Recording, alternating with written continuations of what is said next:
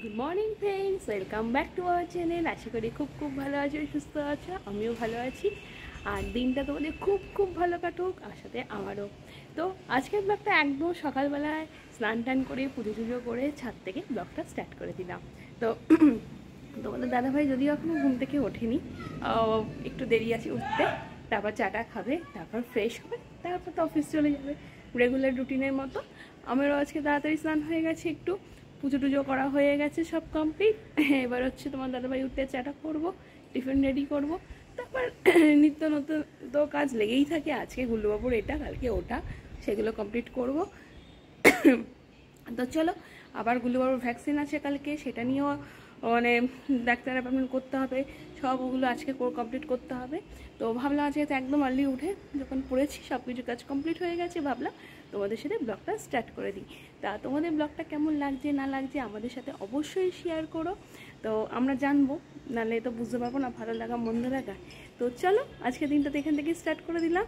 সারাদিন কী করছি না করছি নিশ্চয়ই তোমাদের সাথে শেয়ার করতে থাকবো, সাথে থেকো, পাশে থেকো। গুড মর্নিং ফ্রেন্ডস, কেমন আছো তোমরা? আশা করি ভালো আছো। এই দেখো, তোমাদের আর একজনও গুড মর্নিং বলার জন্য উঠে বসে পড়েছে। এতক্ষণ শুয়েছিল চুপ করে, তার যেই গুড মর্নিং ফ্রেন্ড, ওই দেখো আবার জল ফেলে চলে গেছে ওদিকে। এখন চলবে এটা। এতক্ষণ ঘুমোচ্ছিল, যেই গুড মর্নিং ফ্রেন্ডস বললাম অমনি সাথে সাথে উঠে পড়েছে। আর তোমাদের দিদি দেখো চা বানাচ্ছে ব্যস্ত। ব্লগ তো তোমাদের দিদি শুরু করেই দিয়েছে। আর তোমাদের দিদির কথা বলি, চলছে সকালবেলা হঠাৎ নয়, কাল থেকেই চলছে আমাদের বাড়ির কাছে। ওই দেখো আবার গুল্লুবাবুকে প্রতিবাদ জানাচ্ছে, বিস্কুট খাবে। তোমাদের দিদি কৌটোয় বিস্কুট ঢালছে। হ্যাঁ, বিস্কুট তো খাবে না, কৌটোটা নিয়ে ঝগড়া। হ্যাঁ হ্যাঁ হ্যাঁ হ্যাঁ হ্যাঁ হ্যাঁ কী হয়েছে কী সমস্যা? এই বন্ধুরা দেখছে কিন্তু তুই এরম করছিস, বন্ধুরা দেখছে তুমি এরম করছো, দুষ্টুমি করে না। ব্যাস হয়ে গেছে। বন্ধুদের কথা শুনেই লজ্জায় জলের বোতল নিয়ে শুয়ে পড়েছে। আচ্ছা, তা তোমাদের দিদির যে কথাটা বলছিলাম, কালকে হঠাৎ মোড়ের মাথায় আমাদের একটি ময়লা ফেলার জায়গা আছে, মানে মিউনিসিপ্যালিটির ডাস্টবিন। তা সেই ডাস্টবিনে যখন ময়লা ফেলতে যাওয়া হয়, হঠাৎ শোনা যায় সেখানে নাকি আর ময়লা ফেলা যাবে না। বেশ, তা কালকে তো বাড়ির যে সমস্ত ড্রেনেজ ময়লা ছিল সেগুলো তো তাহলে কোথায় ফেলা হবে? তোমাদের দিদি সে ব্যবস্থা করলো, কালকের মতো ফেলা হয়েছে। এবার আজ থেকে একটা অন্য ব্যবস্থা। সকালবেলা এসে যেমন ময়লা ফেলার গাড়ি আসবে, এসে বাঁশি বাজাবে, সেইখানে ময়লা ফেলতে হবে। খুব ভালো কথা। তা সকালবেলা তখন 7টা বাজছে, হঠাৎ শোনা গেল সেই বাঁশি, মানে আর সেই বাঁশি শুনে তোমাদের দিদি একদম বিছানায় শুয়েছিল, তাড়াং করে লাফিয়ে উঠে ছুটল তা ময়লা ফেলার জন্য। তা এবার থেকে রেগুলার ভোরবেলা রুটিন হয়ে গেল, সকালবেলা 7টায় আর কিছু করো বা না করো, ময়লা ফেলার গাড়িতে গিয়ে ময়লাটা দিয়ে আসতে হবে। এবার ওর সঙ্গে বলি 7টায়, আমরা ফ্যামিলি মেম্বার 3.5 জন। তো এবার একটা অল্টারনেটিভ ডেতে হবে, মানে আজকে আমি, কালকে আরেকজন, সে এরমভাবে 3 জন 3 দিকে। কারণ ছেলে এখন ছোট, ছেলেকে কখনোই আমি করতে দেবো না, ছেলে বড় হলেও আমি দেবো না, যাই হোক। তো এটা আজকে থেকে আমি নিয়ম করলাম, আজকে আমি, তারপরের দিন মামুনি করবে, তারপরের দিন তোমাদের দাদাভাই করবে। এটা অল্টারনেটিভ ডে হবে। এবার যে ফেলবে না তার পরের দায়িত্ব সে ময়লাটা কি করবে। তো আমি আজকের কাজ কমপ্লিট করে দিয়েছি, আজকে উদ্বোধন করে দিয়েছি।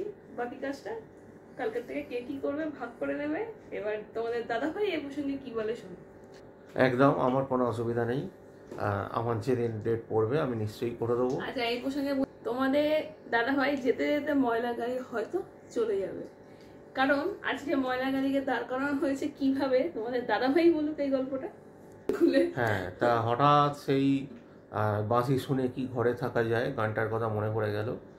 আর তোমাদের দিদি তো ওই বাঁশি যেই শুনলো, আর তো ঘরে থাকা যাবে না, তাড়াং করে লাফিয়ে ছুটলো সোজা ছাদে গিয়ে সেই হ্যামলিনের বাঁশিওয়ালাকে, ওগো দাঁড়াও গো, আমি আসছি গো, আমি দোতলা থেকে নামতে আমার সময় লাগবে গো বলে ছাদ থেকে তাকে কনভে করে দেওয়া হলো। তা সে খুবই ভদ্র মানুষ, দাঁড়িয়েছিল। আর দিয়ে তোমাদের দিদি সমস্ত তালা খুলে, সমস্ত দরজা খুলে, সমস্ত কিছু করে তারপর তাকে প্রায় 10 মিনিট অন্তর দাঁড় করিয়ে রেখে তারপর গিয়ে তাকে ময়লা দিয়ে এসেছে। এই হচ্ছে সকালকার আজকের বিভ্রাট। ডাস্টবিনের একটা, সেটা তোমাদের দাদাভাই বলবে। কোন ডাস্টবিন? ডাস্টবিন নিয়ে একটা গল্প আছে না আমাদের? কোন ডাস্টবিন? হ্যাঁ, এবার বলি সেই বিয়ের আগে ডাস্টবিন নিয়ে গল্প। তাহলে শোন, তোমরা তো এটা শুনেছো যে আমাদের সাধারণত কি হয়, নার্স সোসাইটিতে ছেলেরা মেয়ে দেখতে যায়। তা তোমাদের দিদি করেছিল কি, সেই গল্পটা তো তোমরা জানো, তোমাদের আর একবার রিপিট করে নিই যারা এর আগে ব্লগ ফলো করনি। তা প্রথম নতুন মেম্বার যারা নতুন মেম্বার যারা অ্যাড হয়েছো, আর তার সাথে একটা কথা বলি, এখনো ফ্যামিলি মেম্বার 497। আমরা খুব খুশি। আর বড় বড় চ্যানেলে সবাই সাবস্ক্রাইব করো, পাশে থাকো, সাথে থাকো, আরো নতুন নতুন ব্লগ তোমাদের জন্য ওয়েট করছে। ফ্যামিলি মেম্বার যারা, তাদের জন্য বলি, তোমাদের দিদি কিন্তু সবার প্রথম আমাকে দেখতে এসেছিল। যদিও সেই প্রপোজালটা আমারই ছিল, যে যে বিয়ে করবে সে এসে অন্তত কোথায় থাকবে, কার সঙ্গে থাকবে, সেই পরিবেশটা দেখে যাক। তা তোমাদের দিদি কিন্তু সেটা রেসপন্স করে এসেছিল। তা এবার বলি সেই ডাস্টবিনের গল্পটা। ডাস্টবিনটা আমাদের বাড়িটা যেটা রয়েছে, বাড়ির একটা সরু গলির শেষে আমাদের বাড়িটা, তা ঠিক গলির মুখে হচ্ছে সেই ডাস্টবিন। তোমাদের দিদি তো মোড়ের মাথায়, যাই হোক আরও বাড়ির লোকজন এসেছিলেন, তাদের সঙ্গে গাড়ি থেকে নামলো। আমি যাই হোক নিয়ে আসছি, রাস্তা দিয়ে আসছি, আমি আগে আসছি, সবাই পেছনে আসছে। হঠাৎ ডাস্টবিন প্রথমে হলো কি, প্রথমে ছিল একটা পাবলিক ইউরিনাল, ঠিক আছে, সেটার পাশ দিয়ে যখন পেরোলো আমি একবার খুব আর চোখে মুখের দিকটা দেখলাম একটু নাকের সামনে হাতটা উঠে গেল, আবার নেমে গেল, ভালো কথা। তারপরেই ডাস্টবিন, সেই ডাস্টবিন থেকে ময়লা বেরিয়ে সারা রাস্তা ভর্তি। এবার তোমাদের দিদি ফিস করে তার দিদিকে বলছে, এই কোথায় আনলি রে? আমি একবার চুপ করে হেসে ফেললাম আস্তে করে।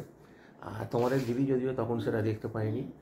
আর তোমাদের দিদির যে দিদি, সে বললো এই এসছি চ বলে, তারপরে একটা হালকা করে ধমক দিল, দিয়ে তোমাদের দিদি এলো।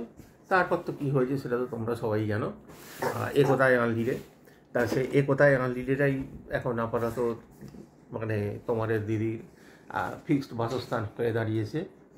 আর সেই ডাস্টবিনে ময়লা ফেলা আজ থেকে বন্ধ হয়েছে। আজকের থেকে বন্ধ হলো। এখন মনে হচ্ছে প্রেজেন্ট দাঁড়িয়ে কোন কুক্ষণে যে বন্ধ হলো, ওই 5:45 উঠে দৌড়াতে হচ্ছে ময়লার বালতি নিয়ে। কি এখন মনে হচ্ছে ডাস্টবিন থাকা ভালো। তখন তো বুঝিনি যে এত দায়িত্ব চাপ কাঁধে রয়েছে।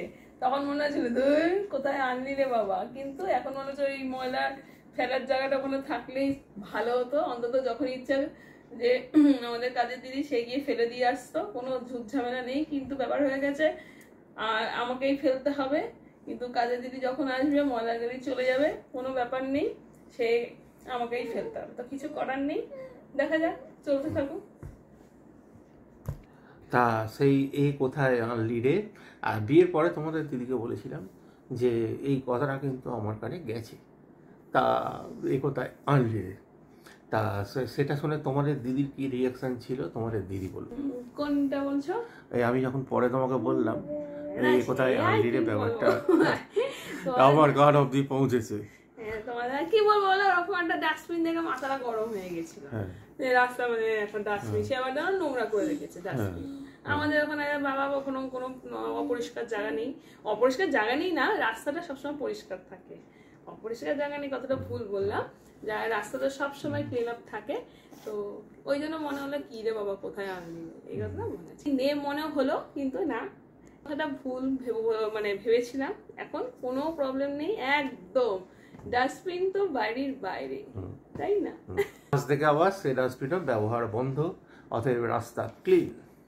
কিন্তু আমার সন্দেহ আছে, দেখা যাক আদৌ ডাস্টবিনটা কত পার্সেন্ট লোক ব্যবহার করা বন্ধ করে। এটা কিন্তু আমি অবজার্ভে রাখবো।